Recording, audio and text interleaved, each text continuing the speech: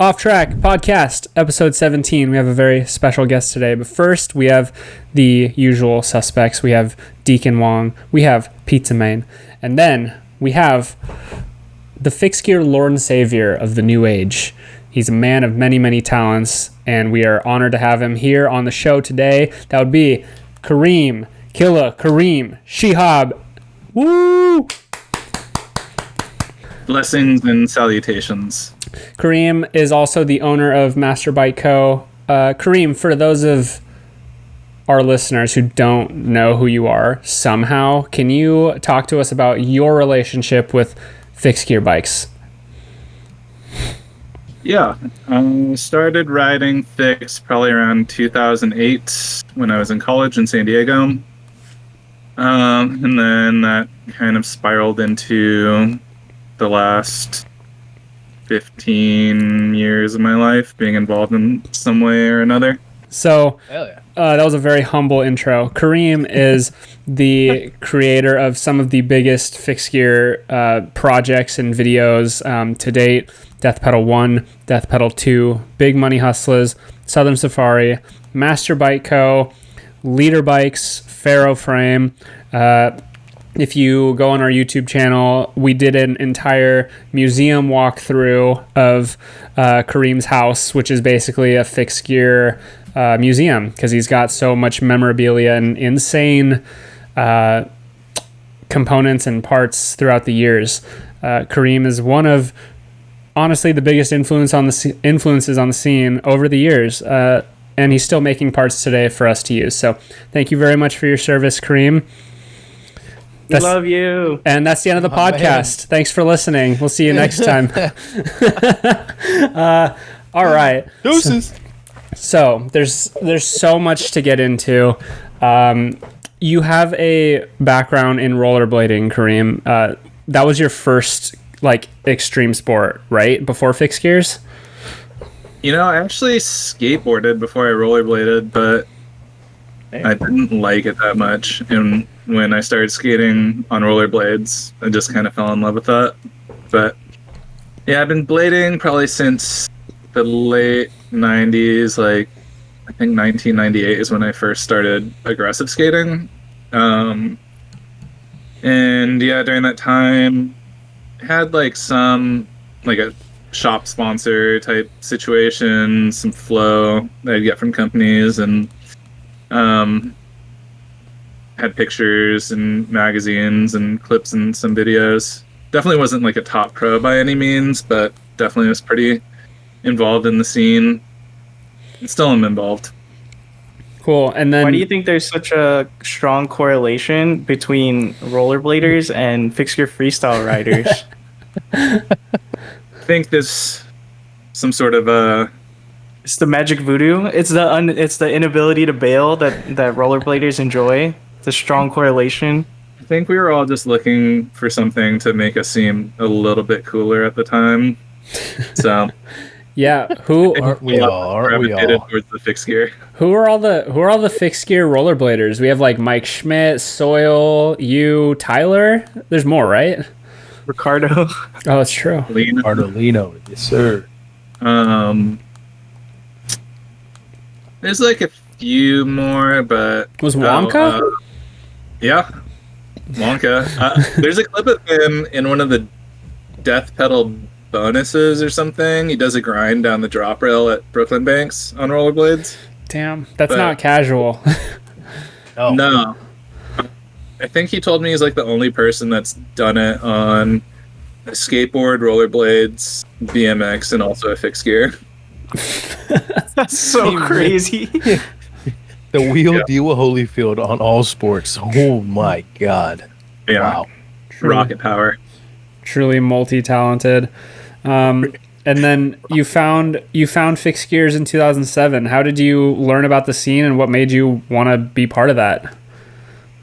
So, I guess my start in bicycles sort of in general was one of my friends had gifted me his old Schwinn Varsity. I don't know if you guys have ever seen the bike. Yes. It is the heaviest piece of crap bike you could possibly have. But he gave me that thing, and I think this was. I mean, I was in college at the time, so I was like kind of using it to get around the neighborhood and not have to get in the car. And then I don't know if I got the fixed gear before I had this injury or not, but it was definitely kind of around the same time. I was doing a photo shoot for this skate magazine where I was like, it was like a roof setup, these 2 cement awnings, and I was rolling off of one of them and jumping to the edge of the other one, like grinding the edge of it. And it was like, I don't know, like 10 feet up. It was pretty big. And I landed it a couple times, and the photographer I was shooting with asked me to try it again. And I just landed weird and broke my ankle. Oh, God. As one does. Yeah. Yeah. Yeah, that doesn't. And Ouch. what's really funny about all of this is like the picture didn't even go to print or anything. Like, It's just you got nothing out of it. not worth it at all. The slightest. Oh, that's the worst. Zero Yeah, clout. That sucks. So yeah, I broke my ankle and wasn't able to skate. And I feel like I remember the doctor that I was going to suggesting that like I ride bikes as part of the rehab. So I was on that varsity, and then maybe like a slightly better road bike. I think I had like a Nishiki that I was riding around. And Okay. at that time, like fixed gear was blowing up. 2007, 2008. Yep. And so one of my buddies got a fixed gear and kind of put me onto it. And then, so I was going to school at UC San Diego, which is in La Jolla in San Diego.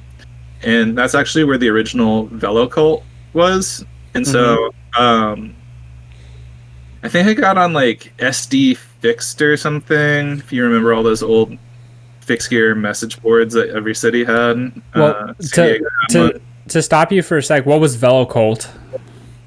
Velo Cult was, if not the first, like one of the first fixed gear only bike shops in the US.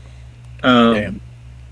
And so, yeah, the guy who started it, this guy Sky, was like a track racer when he was young and was really kind of like ahead of the trend maybe, or even like, I would argue that he probably contributed a lot to the popularity of fixed gear, because he did a lot of like buying and selling on eBay, and was just pretty active online, I think. Cool. And so I popped by there, got my first fixed gear wheel set from them, stripped down the Nishiki and put it on that bike, and it kind of just went from there. There's like a lot of like group rides and I don't know, like community around fixed gear at the time, and so it was just like a really easy thing to get into with your friends. And like the critical mass rides back then were all basically like people my age riding fixed gears, and so it was just kind of, I don't know, one of those things where just get into it. And I was one of the few, I guess, from that group of people that I rode with that kind of stuck with it and saw it through. Yeah, I feel like everybody who's riding fixed gears now, probably, or at least from that era, like it was like you hopped on the trend, and then we're the only ones left. Yeah, all those people like got Vespas, and then they either went like the motorcycle or Vespa route, or like mountain bikes, or I don't know. Some people got more serious about like cycling and became racers and shit. But I feel like I think I'm the only one that does what I do currently. I remember a lot of people quitting riding just because they got a car. It's like, Oh yeah. Right. It's like, oh, now I can drive places. I don't need this thing anymore. Well, I feel like that's more of like your guys' generation of fixed gear riders, because I mean I was already driving at the time. I think I'm quite a bit older than you guys, but honestly, it was like a really good way to like get around and go to bars and not catch a DUI or anything like that. Yeah. So I think that was a big allure to a lot of people my age. And then what made you stick with it all these years? Why didn't you quit? I don't know. I think for me personally, if I find like a hobby that I really enjoy, it's just kind of like a thing I do for life. So there's definitely like, I never quit rollerblading or anything. I still do that all the time and am involved in, whatever capacity I can be.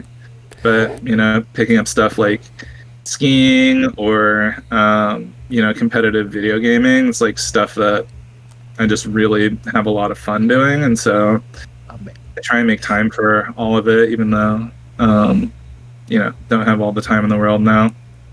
Yeah, how you do seem to find time for your 30 different hobbies and passions. Yeah.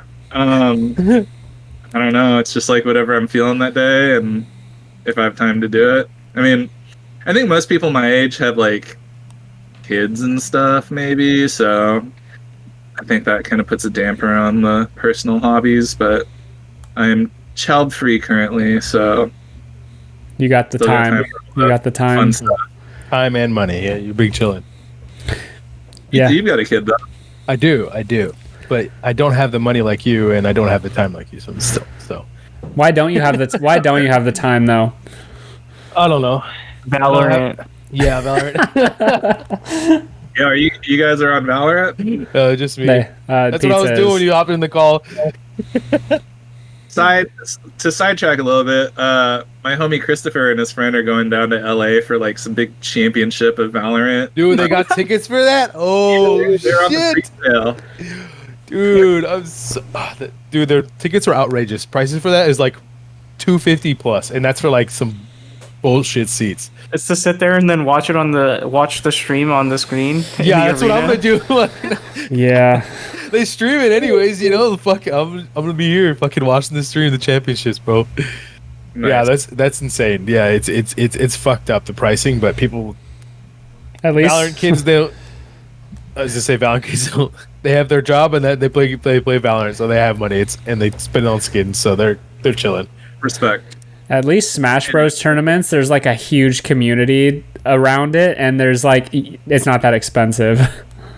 Yeah. Also, like to be a competitive player, at least in 64, which is the discipline that I have chosen, is very achievable for the average, for a person like myself who isn't going to grind tech for 12 hours a day. Right. You don't want to spend all your days and nights on Uncle Punch. Yeah, melee will destroy your hands and your time and your livelihood, but it's so fun. Yeah. 64 not as much, I assume. Yo. No, my hands are still good. It's because the controller is way more ergonomic. Yeah, probably. The GameCube McDonald's controller. Jeez. The GameCube controllers are pretty brutal, honestly. Yo, wait, when are we gonna get the 2v2 on Slippy, dude? I'm trying to get smirked by fucking Kareem, dude. Oh, the games to be had. Slippy don't work no more. What? Really? Something to do with like the controller adapter doesn't work. I mean, I'm sure it's something I could fix if I wanted to play Melee, but Right. We did some team games with us three and Jonathan Thompson. They were really fun. You should try to fix it because the teams in Melee is so fun. I didn't realize it. All right, one time we tried to do a 3 versus 1 versus Jay. I think we lost a couple times there. Fucking Jay. I don't. Dude, he's fucking. the knee of He fucked us up, bro. The knee of justice. All right. Well, now we've lost all your viewers, so Yep. No, it's okay. It's okay. They have no we're idea. back. We're back. We're back. Fix That's the gears. stuff they actually wanted to hear. Okay, Kareem. That. If they wanted to actually learn about you, they could just read the archive. That's why it's there. All right. Off track, on track, bikes. We talk about bikes on this podcast. Leader, or actually, let's talk about your first sponsor. Who was your first sponsor, Kareem? So my first sponsor was Leader Bikes when, I guess during the aluminum bike era. They were my first sponsor and had a pretty decent list of sponsors through my career. I rode for Velocity, Gusset, Halo, Vittoria for a short minute. Damn, dude. Fucking crazy. You had it all. Big balling. Oh my god. Oh, hold fast too. Holdfast, Franco Shade, if you remember that clothing brand. No, I don't know. Fixation. Were I you feel just like I getting- might have that Zero Send from Destroy. I think I paid like cost for it, or maybe they gave it to me. I don't really remember. Right. Oh, and Vagex. Oh, you rode for them. You had the backpack sponsor. That's so sick. That was big. That I feel like actually was what's funny about how I got put on by them is when I went to Singapore to film the WRAHW section for Death Pedal 1. The dude from Unknown, not Vinny, but shit, what was that other guy's name? I only knew Vinny. Kim Narc Young. He was living in Singapore doing something at the time too, and so I met him there. He's from Korea, and when I got back from my trip, he was just like blowing me up with like all these Korean companies that he had connections to, and they were one of them. One of the other companies that he tried to put me on was like this. It was like this hat company that made these like short brimmed like trucker hats that had like an embroidered feather on the side. Fuck yeah. That's kind of fire. I need How one did of you take those, it, bro. I was like, no, dude, I don't want it. I'm good. Closest thing to no brim, bro. Back in the day, closest thing to no It was brim. so short. The brim was so short. So it was like That's it was like a cycling cap. Dude. It looked horrible. It was like you look like Peter Pan or something. That's you, bro. Dude, I need one of those. I would have copped, bro. I would have For copped. real. Damn. I'll find that email. I feel like if you had a bag sponsor in fixed gear, that's like the top dogs had a bag sponsor. It was like the modern day like skateboarding equivalent of like a energy drink sponsor.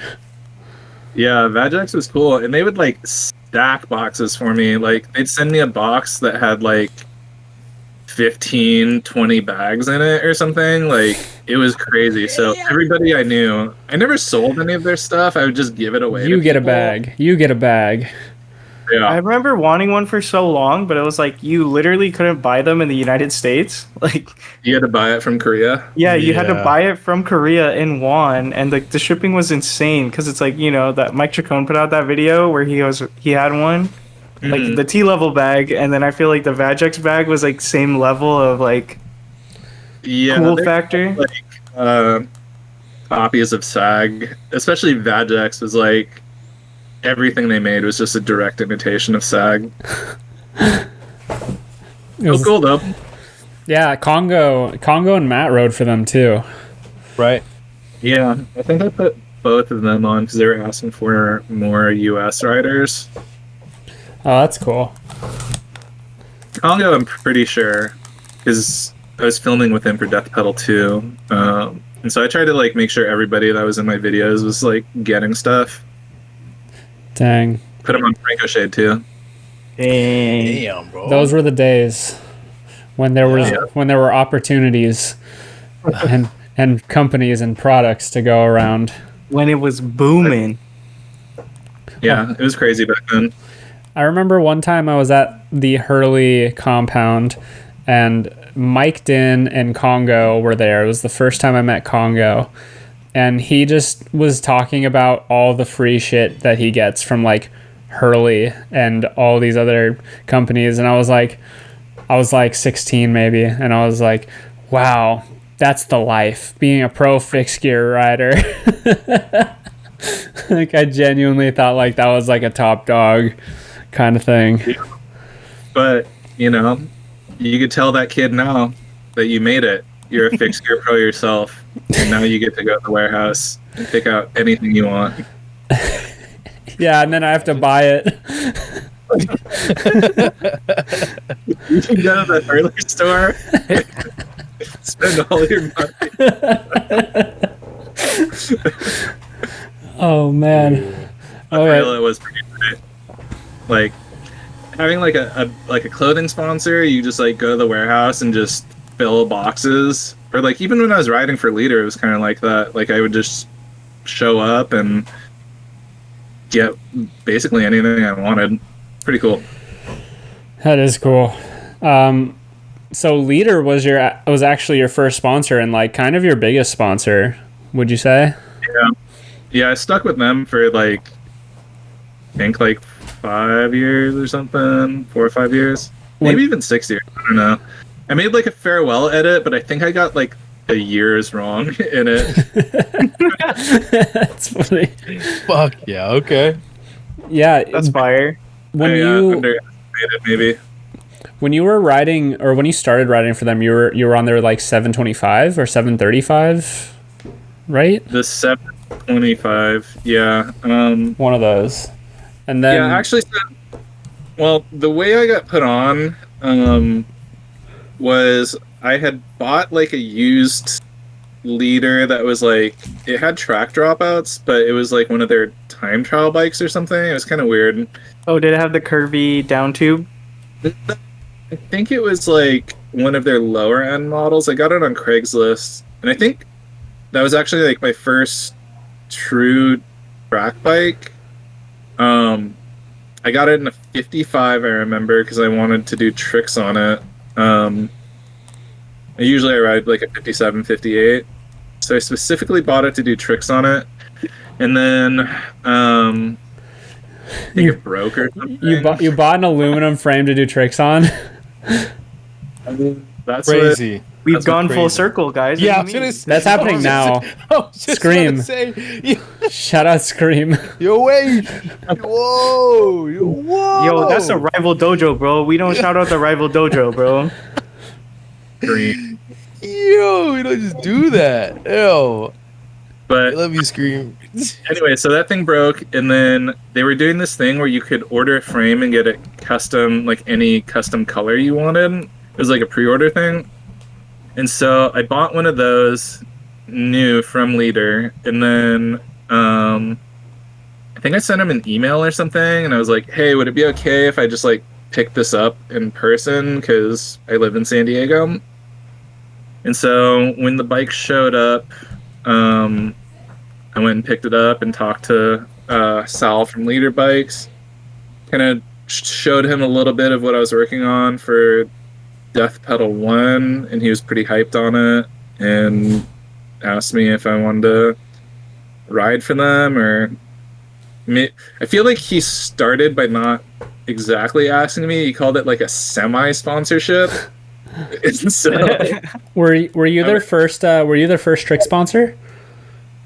I was their first trick sponsor. I think he put Masan on maybe like a month before I was on. But in the beginning, it was me and Masan. And then I think Emmy came on. I don't think Emmy was part of the original team or anything. I think it was just me and Masan. Dang, OG. Yep. Did you help them develop the? Go ahead, Deacon. Local product tester, dude. They needed somebody who was capable of breaking things close to them. You should see how much of the early shit I broke. It was stupid. Did you help them develop the TRK? Really. I think at the time I told him that I wanted to steal like trick bike, but I wasn't really involved with anything to do, especially the V1. I didn't really have much to do with the geometry or anything about it, which is why there was a lot of problems. That's a nice way to put it. But definitely like the V2 and V3, I had some input on some of the changes with it. And then they went ahead and put Tyler Johnson on, and then gave him a frame instead of you. True. Tyler was a lot better than me though. Yeah, but it's called seniority. It's fucked up. Yeah. And then they finally gave you one in 2011, 12? One of those years. When did the Pharaoh come out? I got it before I moved to Seattle. And I moved to Seattle in 2000, beginning of 2012. So I think I had at least prototypes in 2010 or 2011. Sorry. And I think I got the production ones when I moved to Seattle. So yeah, 2012 sounds about right. Yeah. Why were the prototypes so crazy? Crazy how. I had one of the Pharaoh prototypes that could fit both sizes of wheel, and it was like the biggest bike I've ever owned. Both sides of the wheel. I have a theory about that, Deacon. I think that the prototype Hurricane was negative bottom bracket. Oh, maybe I had a Hurricane. You might have, because I don't think much changed for the prototype Pharaohs to the production ones. I think we got rid of a size. I designed I think 4 sizes of it. Damn. Which didn't make, even back then I was like, we just need one small size, but I wasn't the boss of the company. Also, since you've been with Leader for so long, how come the seat post was such a dumb, weird size? Was that on purpose? 27.2? No, it wasn't 27.2. On the Arrow it was, and it came with an adapter. Okay. Because I remember buying a 27. I had a resist seat post, and I was trying to put it in the Hurricane, proto, I guess, and it just wouldn't fit. Nothing fit in that frame. Mike Chacon did you dirty. Damn, bro. God is. You'd have to see it, but it doesn't sound like anything that I've seen. Mike Chacon personally was like, I will make nobody enjoy this bike. You can't put anything in here. Going back to what I was saying about not having much input on the early frame designs, it's very possible that they just got some wacky shit that didn't make any sense from the factory, because that's how they would design the bikes is they would basically with words explain what they wanted the bike to do, and just the in-house factory designer would just make a bike whatever. And then ship it out. That's That's wild. crazy. It was so insane. When I saw that firsthand, I was like, this could be done better. Thus, Master Bike Co. Yo. I could do Right, that. baby. That's right. Me could do this. What was your favorite leader bike that you had over the years? And if the answer is Pharaoh, then you're not allowed to answer that. I'd say the TRK was a fun bike to ride, just because I have a lot of good memories from that era of fixed riding. And I will say the geometry of the TRK was actually pretty good. When I kind of got back into trick tracking a few years ago, that was the bike that I started back on and felt really nice. It's pretty much just track bike geometry, right? Yeah, kind of. Leader was sort of known for longer top tubes, which really translates well for bar spin clearance and toe clearance and stuff. And so for me, I'm kind of on the taller side. So sizing down on one of their bikes always worked really well for me. Yeah, it's cool. And you still have a TRK built up, right? Yeah. And I'm pretty sure I've got a couple in my brother's garage somewhere that have just been sitting for the last 10 years. You know what I noticed when I did the house tour at your place, I didn't see your master 26-inch anywhere. Where was it? Where is it? It was down there. You just didn't see it because it was in a travel bag from the last time I went to suck my comp. which was how many months prior? He only uses it for travel ball, dude. Come on. Yo, don't expose the man, bro. It's fucked up. it was like suck my comp happened, and then ski season started, and then I tore my Achilles, and then whatever. It's been in the bag the whole time. Yeah, let's talk about your injuries. What kind of injuries have you been dealing with over the years, and have they been majority caused by rollerblading or fixed gear bikes or skiing? Well, all three actually. Now that I've had this new one, but at some point when I was in high school, I tore my right ACL and just didn't know it. I got like a meniscus surgery when I was in high school, but I think later on, when I was in college, I got like an MRI done on my knee because it just always sort of bothered me. And they were like, "Did you know your ACL was torn?" So Sounds like Deacon. it wasn't. Same thing. Sounds like Deacon.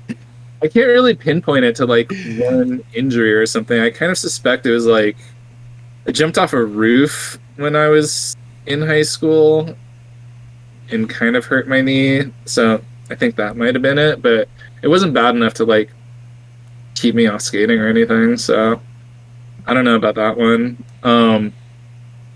Tore my left ACL riding fixed gear my first week in Seattle. I was with Jacob and Tyler and Chris at the school, and I was like grinding this up rail and hopping into these wood chips, and I kind of like landed weird and planted my foot in the wood chips and just kind of like bent my leg sideways. Jacob actually has a clip of it somewhere, but I think I'm probably saw it once and just kind of never wanted to see it again because it was horrible. Oh wow, is that bad? Right. Guys, everybody on the pod, doing up rails is what destroys your ACL. Okay, so Yeah, clearly that's 2 for Me? 2. Kareem, this 2 for 2 is evidence. I don't take blame for Kareem's. Yeah, it's the blood's on your hands for Deacon though. It really is. I heard about this. And then Nothing- you're nothing we thought about. you're currently dealing with another injury right now, right? Yeah, so I tore my Achilles skiing in Utah with Jackson and Evan. I was like, there's a resort out there called Brighton that they like to ski at, and the week I was there was like this insane like 10-year storm. So I was like skiing in waist deep powder the whole time with them, Holy shit. which we don't really get snow like that in the Northwest, so it's my God. pretty epic. What's really funny is like these dudes. So I'm kind of like a park rat. I just like basically most mountains have like a terrain park setup where it's just like jumps and rails and boxes and shit.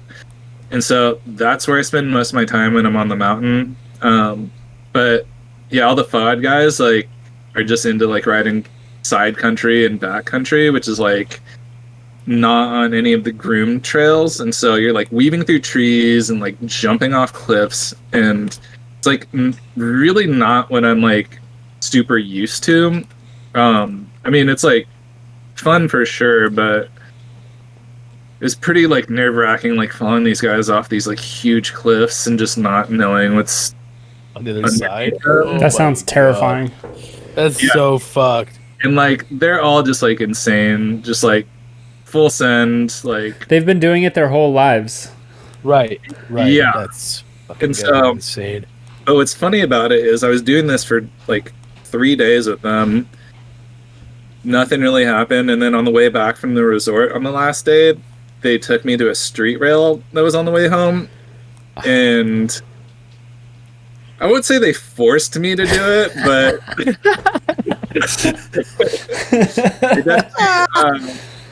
definitely egged me on for it. And of course, like I wanted to do it because it never really snows enough in Seattle to do any kind of urban riding, and so actually getting like a street rail is something I've been after for a while, and this one was like basically perfect. So I hit it a few times and got pretty close, but I think, I don't know, just like I was really tired from skiing so hard with them, and like For 3 skiing in days. powder- yeah, Yeah. skiing in powder is like a freaking workout, and I'm definitely not conditioned for it. But yeah, it just kind of like fell funny.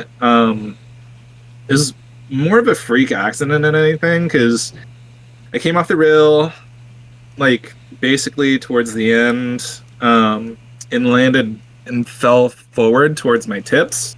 Ooh. Usually what's supposed to happen is the ski, like, the bindings are supposed to eject from your boots. So if you get all twisted up, or if there's, like, too much pressure in any direction, like, the binding is supposed to release. But the binding on my left ski didn't, and so I'm, like, falling towards the tip of my left ski, my foot's stuck in a boot, and it just, like, popped me. Ouch. Did it make a noise? I felt it, like I felt my right ski eject, and I felt what I thought was my left ski ejecting, but then when I got up, I was still attached to the ski. Your ACL ejected. My Achilles, but yeah. Your Achilles ejected. Ouch. The blood is on Jackson and Evan's hands. It's your fault. Jackson Bradshaw. Jackson Bradshaw, you have detention.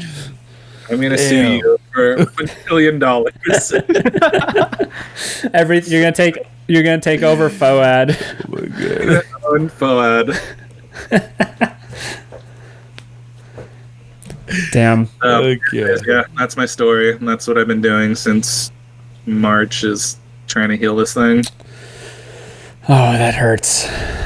Yeah. I want to backtrack a little bit. Well, no, actually, let's stay on injuries for a second. I feel like when I've seen footage of you hitting rails on your fixed gear, you take so many gnarly slams trying to hit rails sometimes. How have you, like, were you getting hurt? Were you getting injured on those? Because it seems like you always just fell really hard, but then, like, would land it. Yeah, I would say that, like, I mean, no, I never really got super hurt grinding rails on a fixed gear. I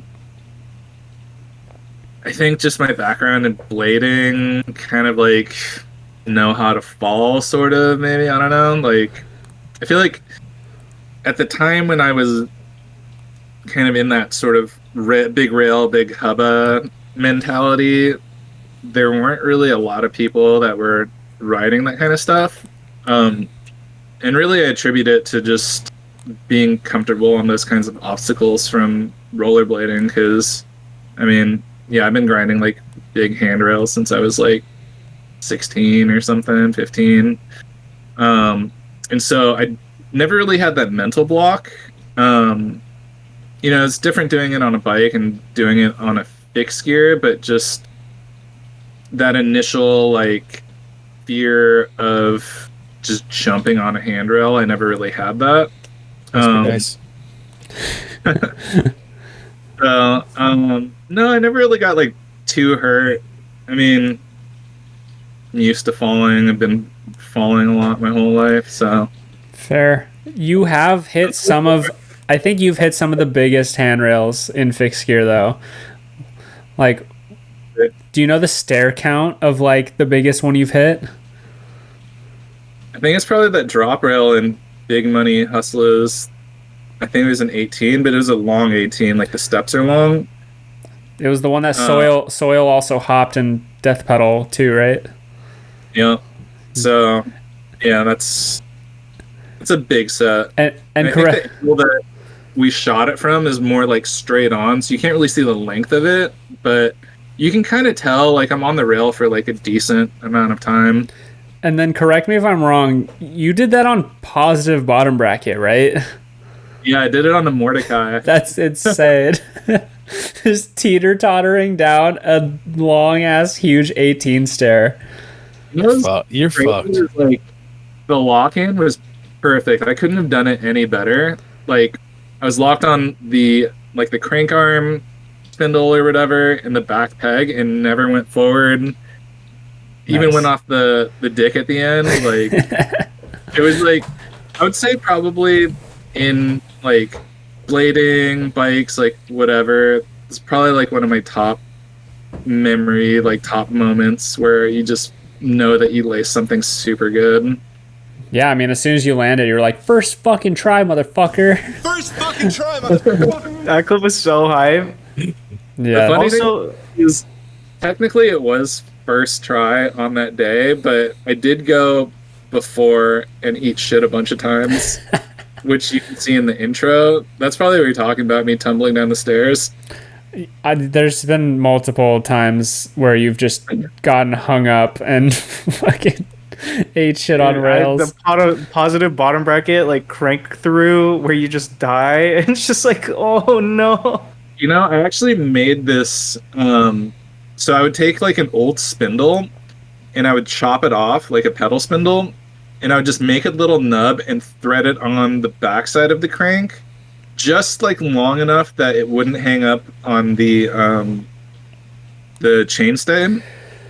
That's And so so smart. that would kind of keep me from pedaling forward on like skinny rails. Mm-hmm. I need that now. Okay, yeah. I mean, I think I had to put like a crimp in some of my chainstays where to give it a little clearance, but definitely worked. That's sick. That Mordecai made me want to buy a Mordecai so bad that I bought one and then instantly regretted it. With the pink tires. Yeah, I actually bought Halo Twin Rails because of you too. You know those tires were like a kilogram each or something? They were so heavy.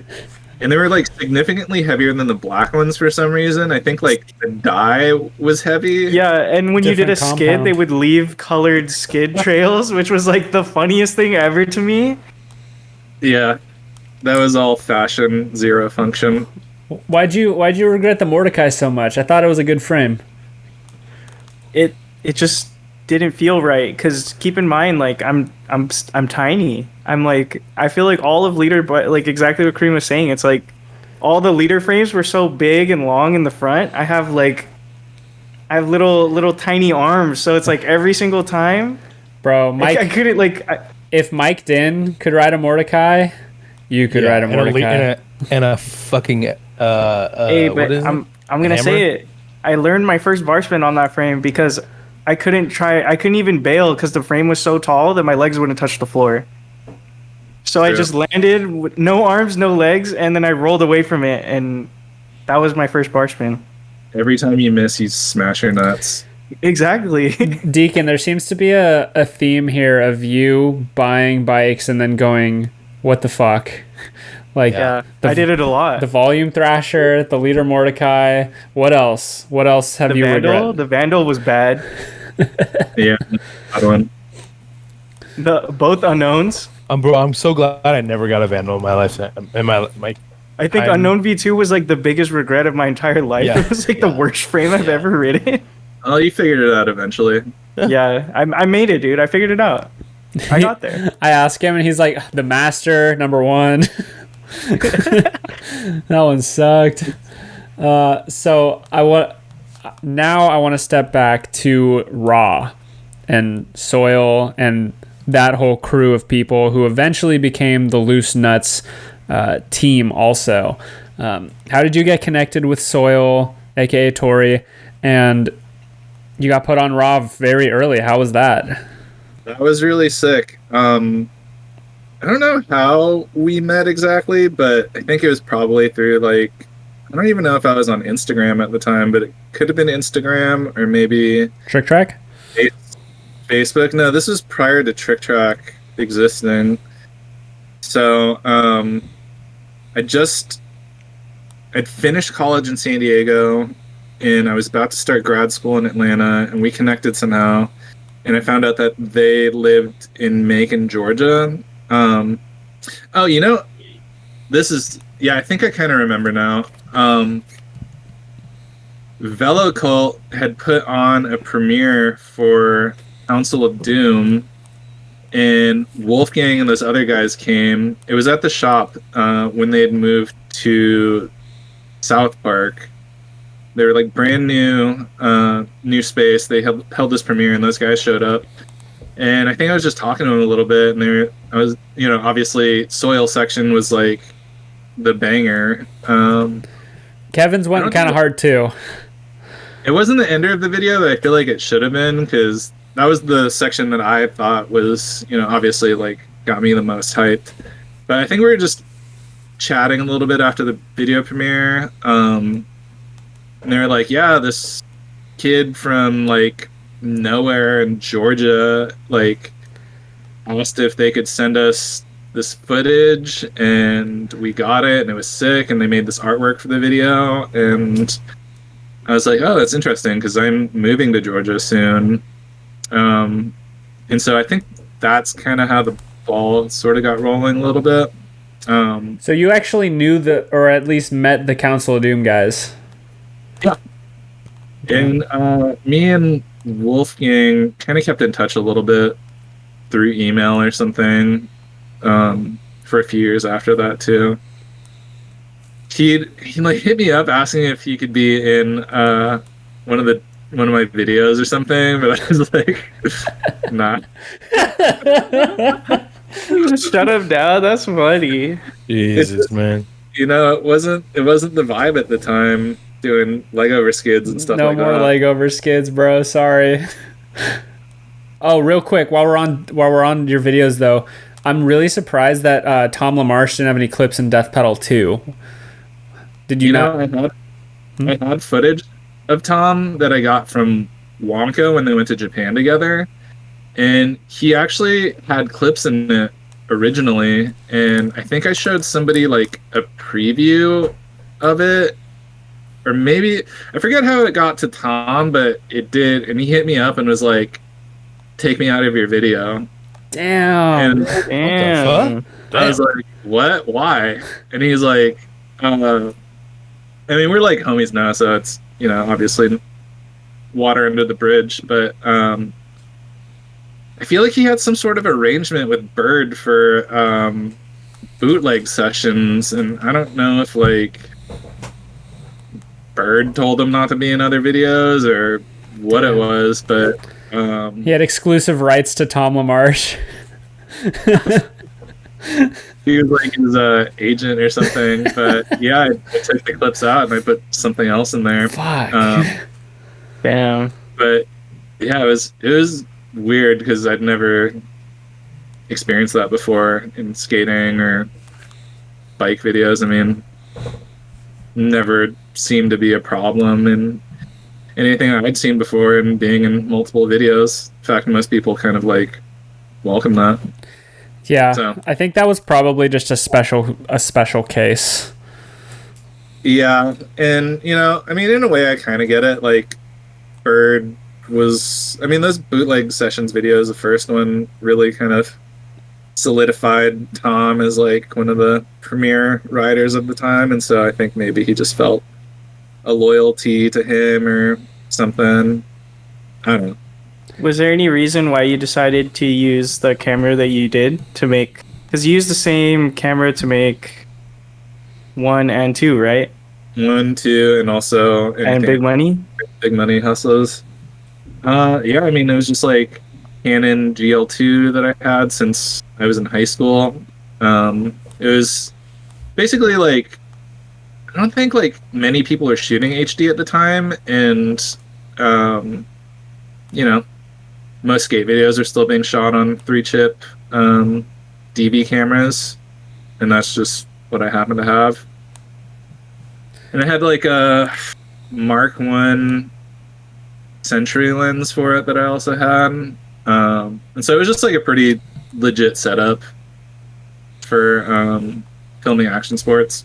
It's funny because like I have the VX now, but it's like watching your video, you could tell that it was shot on a different camera other than a VX because the colorscape is different and like the mic sounds different.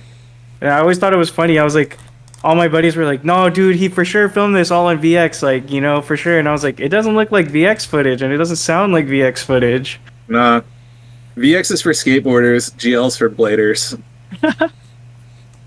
And then, I did like how everything looked more gold on it, though. I feel like VX was really blue, and then the GL2s and the GLs were really gold.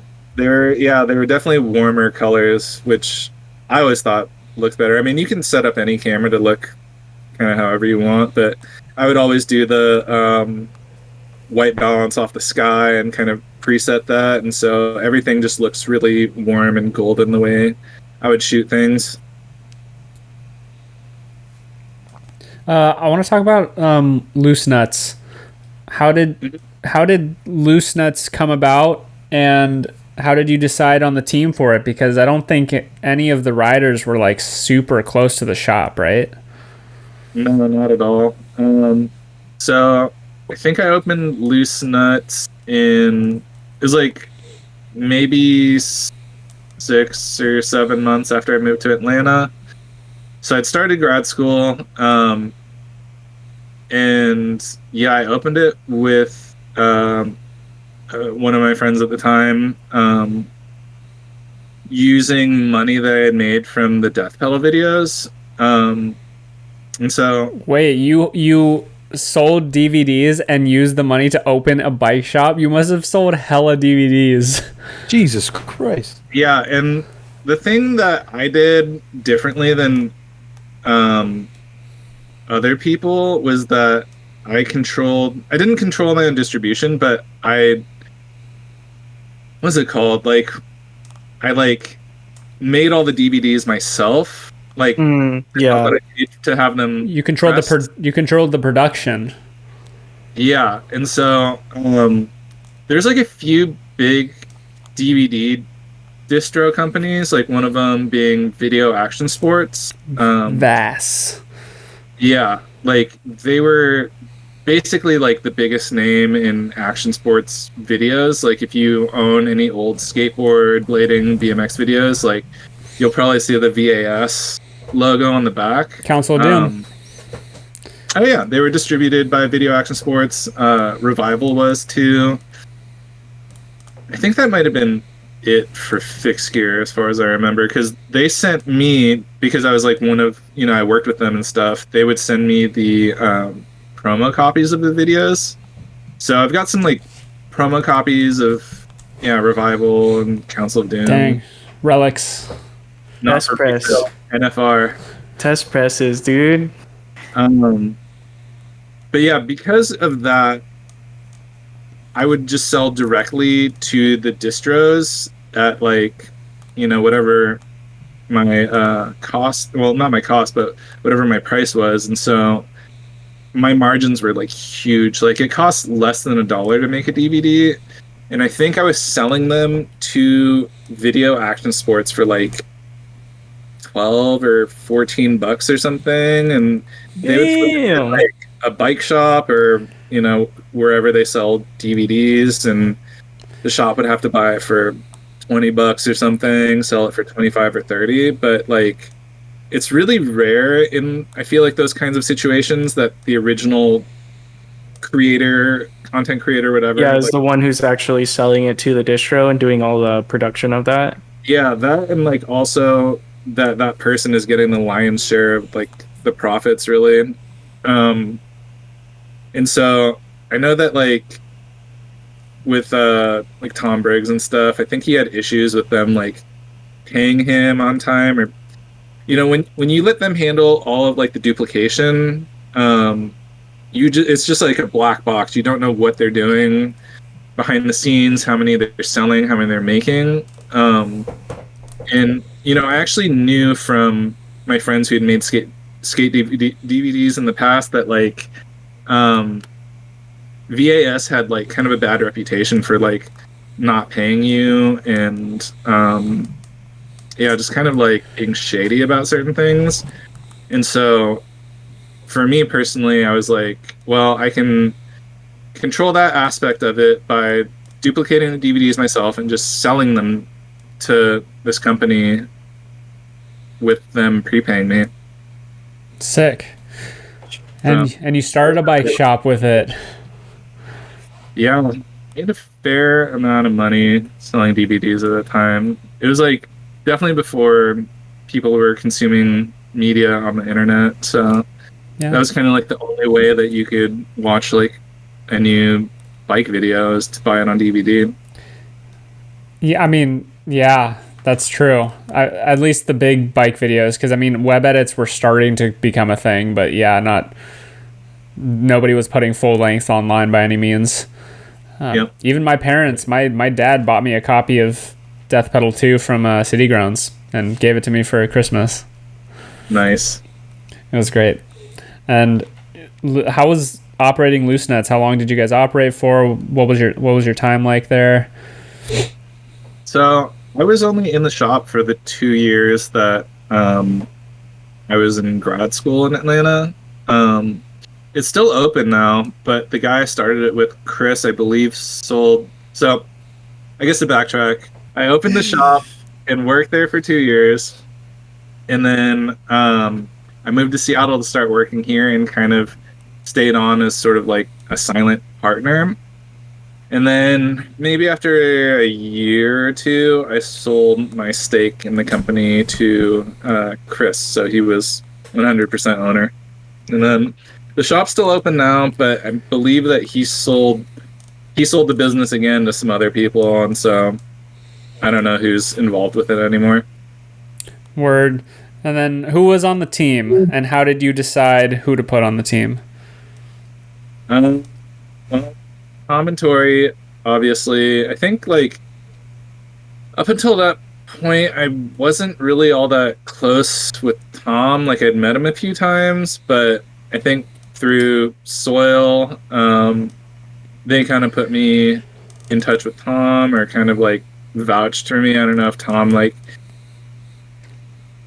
wasn't really sure about me or something, but my only experience with him really before that was him saying he didn't want to be in the video.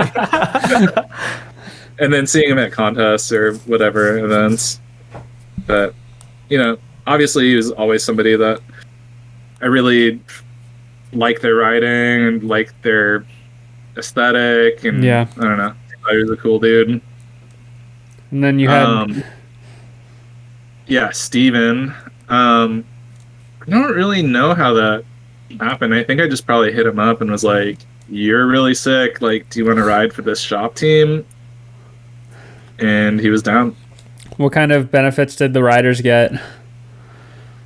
I would like send big packages of like kind of bike necessities, like just boxes and boxes of tubes and tires, and would kind of hook them up with like pretty much anything they needed. I mean, all those guys were, you know, sponsored, and so they pretty much had parts and frames and everything, but kind of like everything that was sort of in between.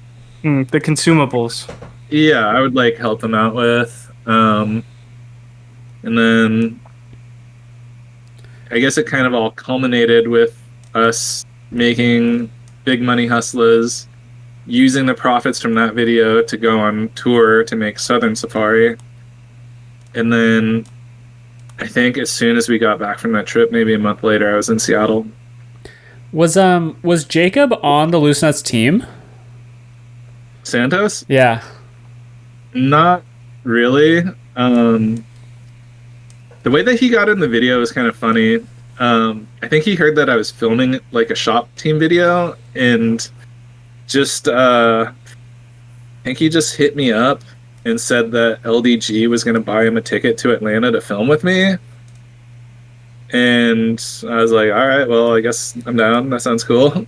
And so he came out and stayed with me for a week, and we filmed his part and shot some photos and stuff for this magazine that we never made. And he put your wheel set on? Is that right? Yeah, so he came with 700s, and then he wanted to try 26, so he just borrowed my wheels. And so I don't know if in his whole section he's on 26, but he might be. Yeah, he was. He had your pink tire. Yeah, on the whole time. Pink tires. So yeah, it was kind of random, but I don't know, it was fun. And you know, I'd actually met Jacob like a long time before that point. I went to San Francisco with Fonseca and Rocco, and Fonseca was filming No Cassettes, and we ran into like a group of skateboarders jumping off of this like demolished building. Well, it wasn't a group of them, it was Jacob. Damn. And it was like a massive drop, like no joke. It was like at least 12 feet, but I want to say it was like 14 or something. He didn't land it at all, but I have a clip of it on a tape somewhere. I never captured it or used it for anything, so I just thought it was like some random skate kid. Yeah. But I remembered him because he had that crazy long hair, and I think he hit me up later and was like, "Hey, do you remember me? Like, I ran into you guys riding fixed gears Damn. in San Francisco." That's like a super small world thing. Yeah, it was weird. I mean, like, I don't know if him seeing that kind of, I don't know, inspired him to ride fixed gear. You'll probably have to ask him that. But yeah, we met him long before he was riding fixed gears. I think he talked to us a little bit about the bikes and stuff, and maybe that piqued his interest. Dang. That's cool. A funny story about when Jacob came to stay with me in Atlanta, though, was on the last day of the trip. He it was like, I feel like it was like the summertime or something. It was like super hot and humid in Atlanta, and he was like insisting that we go swimming at a swimming pool somewhere. But the only swimming pool that was like nearby was like kind of in the hood. And I was like, I don't know if we really want to swim here. Like, I never went there, so it was like new to me. But we go there and you know, get in the pool. We put all of our stuff on like a pool chair, like right in front of us, like 5 feet in front of us from where we were in the water. And this group of like 10 kids just like all comes in, makes a circle around our stuff, and all go in different directions. Oh. And they stole like both of our phones, both of our wallets. I don't think my car keys were involved. I think they probably left those because like we instantly got out of the pool, and like Jacob just went like nuts and was like, let's drive around the neighborhood and find these kids. That's so rough. Was it just you guys? It was just us two. That hurts. It was a bummer. So whatever. We are almost at time, actually. Okay. But before we hop into the premium episode, I want to talk about Master Bike Co. for the main episode for a bit. Sure. Yeah. What was the inspiration to start Master Bike Co.? Where'd the name come from? And I'll have more questions for you once you tell me that stuff. Yeah, with Master, I kind of like, you know, we talked about this earlier in the episode, right? Like me riding for leader and kind of seeing all these inefficiencies. I think in regards to how, you know, things were run, and I think from like an engineering standpoint, there was a lot that I felt could have been done better. And so, you know, I kind of saw an opportunity to use my professional skill set for the sport that had kind of, I feel like, given me a lot. And so at the time that I started it, like all the big companies had sort of dropped out. There weren't any like products to buy, really. I think everything was mostly secondary market. And so, yeah, I just decided, wanted to kind of give back to the community, and part of it also was to make stuff that I wanted to ride. I think the last bike I rode before I got my first master frame was the Destroy Zero Sun, and I love the Destroy guys. I think they do really cool work, but that bike in particular did not suit me well. It was just like incredibly short. Like I basically lost all my tricks on it. Damn. And so, yeah, did you have any clips on that bike anywhere? I don't think so. I got some cool photos of it because I built it up really cool. Yeah, it was on like a wall that was like oil slick almost. Yeah. So I had all these oil slick parts. I got this wheel set that had the rainbow titanium spokes that I got from Matt. And so it was like a really cool looking bike, but I just couldn't really ride it well. So you like the Holdfast more than that one? It's like the Holdfast was definitely like a really, really good frame and definitely ahead of its time. I mean, there was like some stuff that I kind of liked about the Destroy. Like I could hop really high on it, but couldn't bar spin. I mean, grinds you can do on any bike, so that wasn't really that different. But yeah, I don't know. It just didn't suit me. Word. And then you started Master and put out the first set of high-tech frames. Yep. Where'd the name come from? So actually, like when I was in college, I thought that a cool name for a blading company would be Master Blade, because I was a immature college dude. But then like the name Master kind of always stuck with me. I don't know. There's like so many ways to like think of the word, and it has lots of connotations and meanings and stuff, and so I always thought it was a cool name. Sick. And then how did you come up with the geometry for the high tech? What was your thought process going into it? A lot of CAD design and iterations on the computer, really. And I don't know if to you guys it probably sounds like, yeah, that's like the normal way to design anything, right? Like you design it on the computer, you put in all the parameters that you think are important that the thing should do, and that's how you end up with a geo. But I mean, the truth is, like I told you, like a lot of those companies would just get the in-house engineer person in Taiwan or China and just be like, okay, the bike needs to bar spin, or the bike needs a gusset. And it was just such a crapshoot what you would end up getting. That's wild. So, yeah, I mean, that's why you'd see 2 or 3 production runs of like bad products, or companies going to market with something that had like a huge design flaw, or like things that would break that weren't tested.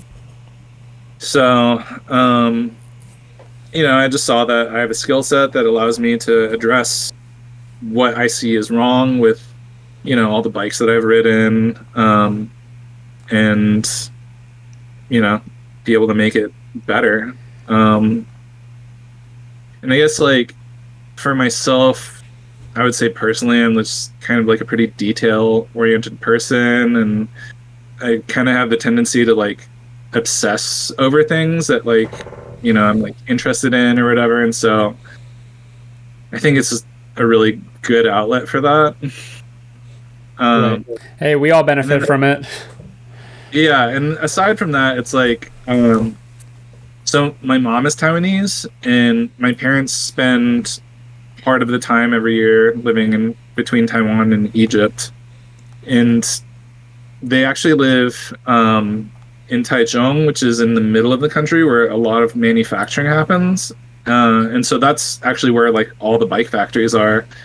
And so, I'd go visit them and be able to meet with like factory owners and meet with company reps and stuff. And wow, kind of make those connections. I think that's like the other part that makes things kind of like makes the barrier to entry a little bit higher for the average person, because most people aren't like the destroy dudes who learned how to build frames and they can do everything themselves. Like most bike companies, manufacturing is overseas.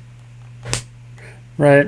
And then you came up with the one of the biggest memes and things in the scene, the Cortex. Did you expect the kind of hype that built up around them, and did you expect them to sell out like instantly? What was your reaction to the whole process of the Cortex?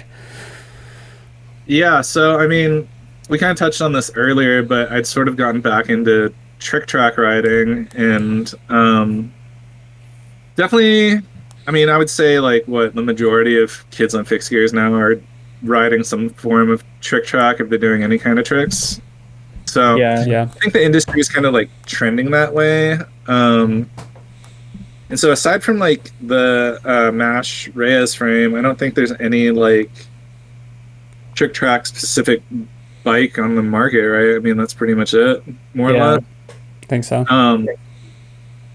And so, just like spent a lot of time riding that TRK. I filmed that FUD track edit, and all my tricks were on that bike. And just kind of like fell in love with that style of riding again. or maybe for the first time even, because I kind of sucked at trick track when it was more in style. Well, Kind of like, I feel like you were like, fuck that. That's lame. yeah, kind of. Late bloomer. Mostly because I sucked at it, I think. So I was like, I just want to like grind stuff because that's all I can do. Mad cause bad. Feel that. Yep. But yeah, it's funny because like, you know, all the years riding the 26, I think my bike handling skills just got a lot better. Like, and so yeah, hopping on the trick track, like I was able to do almost instantly like a lot of tricks that like either would take me a long time to land one of, or tricks that I couldn't do at all. And so yeah, just kind of like reignited the flame and decided that it would be cool to make that kind of bike better. Sick. And so I don't think, to answer your question about like all the hype around it, it doesn't really surprise me because I feel like the interest is there with most riders, but you know, the delays from COVID I think really kind of amplified that hype because it was really difficult to get products during the early years of COVID, and that's kind of when everything started with this project. Do you think that the Off Track podcast helped sell your frames? And do we get a cut? Yeah. I'm writing you a check for many doll hairs. I'll just take a Cortex the next time it comes back. Pizza did slack on getting one, and he regrets it. A little bit. Well, you know, you can't blame yourself too much. They all sold out super quick both times. Yeah. Yeah, Cortec restock ×3 when? Next year. 2025, dude. Next year. Next year. You heard it here first. Next year, Cortex 2024. What other kind of Master Bike Co. products can we expect in the next however long, in the next year? So I've got hubs and hub parts coming in the next couple of weeks, I think. Ooh. Yeah, I actually have like a fair amount of new things coming as well. Not with the hubs, but with my bigger frame order that's coming probably in the fall. So hubs are coming in a couple of weeks. Oh, and one thing that's new for the hubs this time around is be selling them stock with the 3/8 axle. So people don't have to buy it separately and swap it out and have an extra 14 mil that they're not using.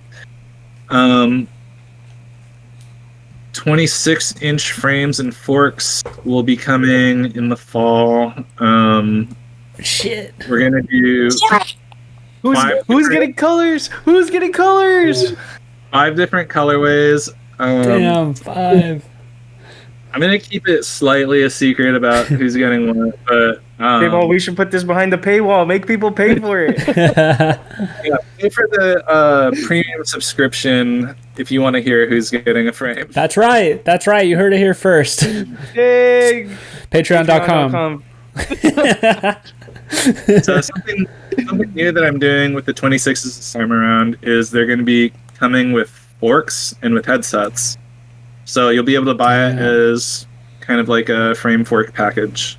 Damn, Sweet. that's smart. I feel like that's what frame companies like used to do. Yeah, and you know, part of that's like a little bit selfish on my part, in that like it's such a pain in the ass to have to like open a box, put a fork in, repack it. If it just comes from the factory in one nice package, I'll have to slap a label on it. Right. Sick. But it's also cool for people to get, you know, something a little more matchy with the fork to the frame. Yeah, I also feel like building a new frame and getting a new fork at the same time makes your whole bike feel brand new. Where it's like sometimes if you just replace your frame, it's kind of like you're like, oh, nothing really changed, you know? It's just like, yeah. With the 26s, I will say that the graphics this time around are like better, above and beyond like anything we've done before, and that's all thanks to Gus Molina, who That's He's why a- I got Gus Green, baby. But He's fuck, just- now I got another one. Fuck.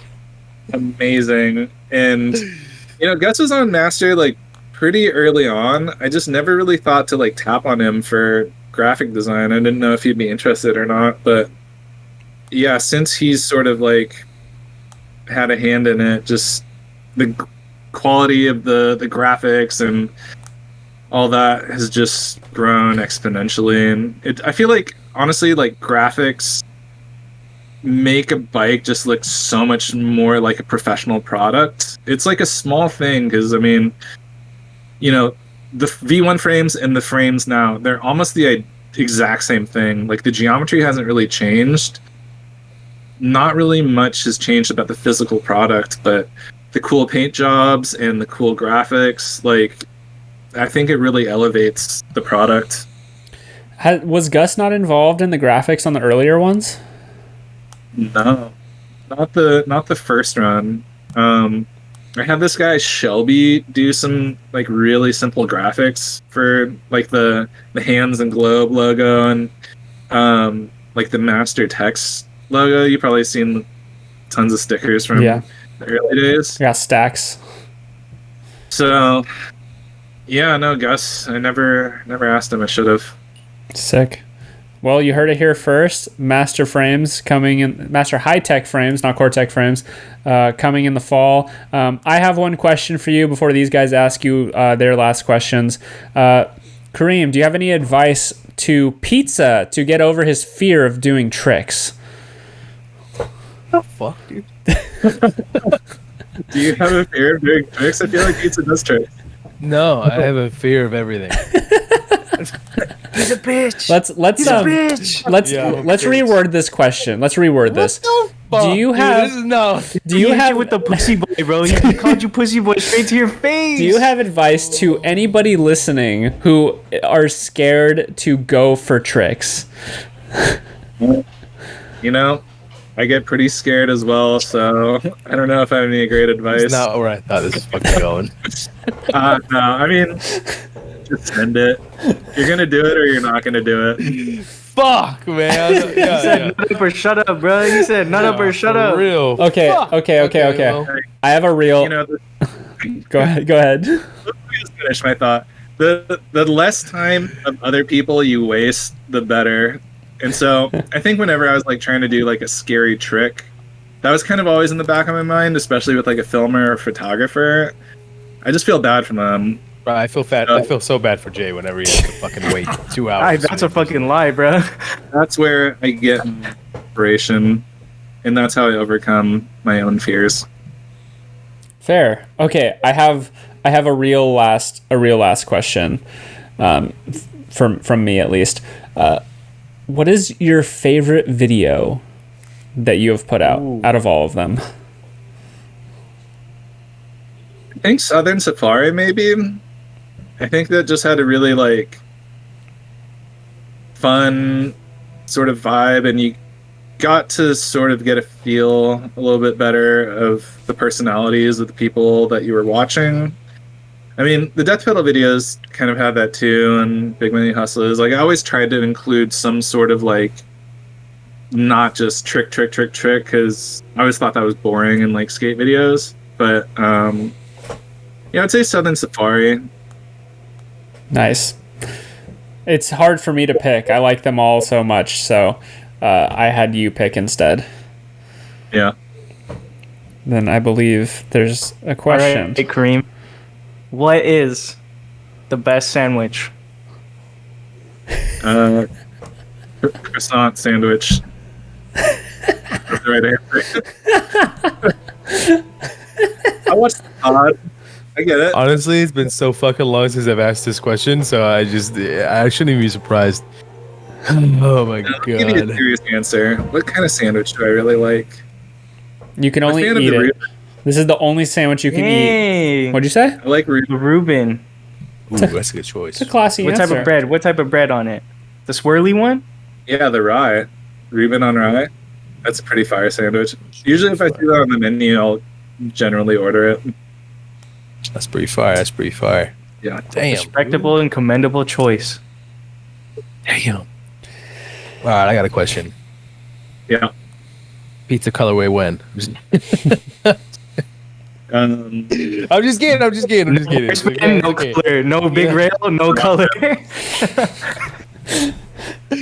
as soon as you went up my 18th stair. Damn! Yo, if you hit a 19 stair, you get a signature colorway pizza. Fuck, dude. You gotta do it first try like I did. Gee, what the fuck? All right. I gotta hit that one Deacon. That one that Deacon did. That's 22, isn't it? That's one down, bro. That doesn't count. Mine was 22. You're not gonna hit the same rail as me. Hit the same Who rail. said? Who said? You're gonna do the same trick on the same rail? Hell yeah! I'm gonna make the fun of you like so fucking hard. You can do it, pizza. I gotta do something. You gotta hit a rail first. I know. You never hit a rail? Yeah, You hit a rail. Yeah, I've hit a rail. Seen you at, like, a Rail. Woodward editor. It's just like, it's just like, I gotta get in the mindset for it and We be hyped talking for it, but- we talking streets. streets.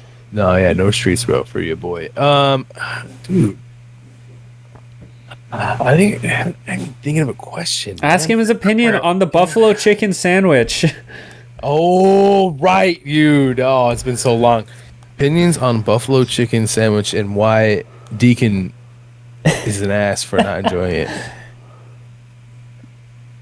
I like the buffalo chicken. Yeah. It's not my first No. choice, but I'll eat it. No, the buffalo chicken sandwich in specific, man. I feel like that's like a buffalo chicken sandwich. Like You ever had buffalo shrimp sandwich, though? Like a shrimp po' it boy? sounds good. Yeah, shrimp po' like a boy. Buffalo shrimp po' boy. That sounds fire. Pretty good. yeah. Okay. Well, that's what I'm about to eat. Well, there you go. All He right. likes my sandwich better. it's He'd eat my because- fucking sandwich, Deacon. It's Fuck you. because buffalo chicken belongs on chicken wings with bones and not on anything else. He's just not cultured, bro. You're really just not cultured. Actually, I think I'm too cultured. That's the problem. That's the Off Track podcast, everybody. Thanks for listening. Kareem, can you give us any shout outs? Yes. Thank you to you guys for having me on, obviously. I think what you guys are doing is really important for the community. Not just this, but everything you guys do. So kudos to you for carrying the torch and, being good at using social media and such. I'd like to shout out my partner Nikitai for her support and encouragement for me in pursuing my dreams. My brother, obviously, Sharif. It's my sparring partner, and he actually helps out a lot behind the scenes on Master Bike stuff. Shout out Sharif. Shout out Sharif, the GOAT. So rude. And actually, all of my videos, he's probably filmed like a third of the clips. So, Sick. What's up, dude? That's what's up. Seattle homies, Ben, Jacob, Ryan, bike crew. Those are the guys I'm riding with the most these days, or when I was still able to ride before my injury. Homie Trace. He's the one who kind of shot a lot of my photos back in the day, and just a super good homie. Trace So, Taylor. Trace Taylor, the GOAT. ET, yeah, he was there for all of it. Documented a lot of the early days. Who else? Master Bike and Blade teams. Everyone holding it down. And yeah, I think just everyone in general who's part of Fixed Gear doing something positive for the community, be it, rider-owned companies or posting videos, making content online, getting other people into riding Fixed Gear. Let's go. I think it's really great. Everybody who's in it right now, I can say pretty sure is in it for the right reasons.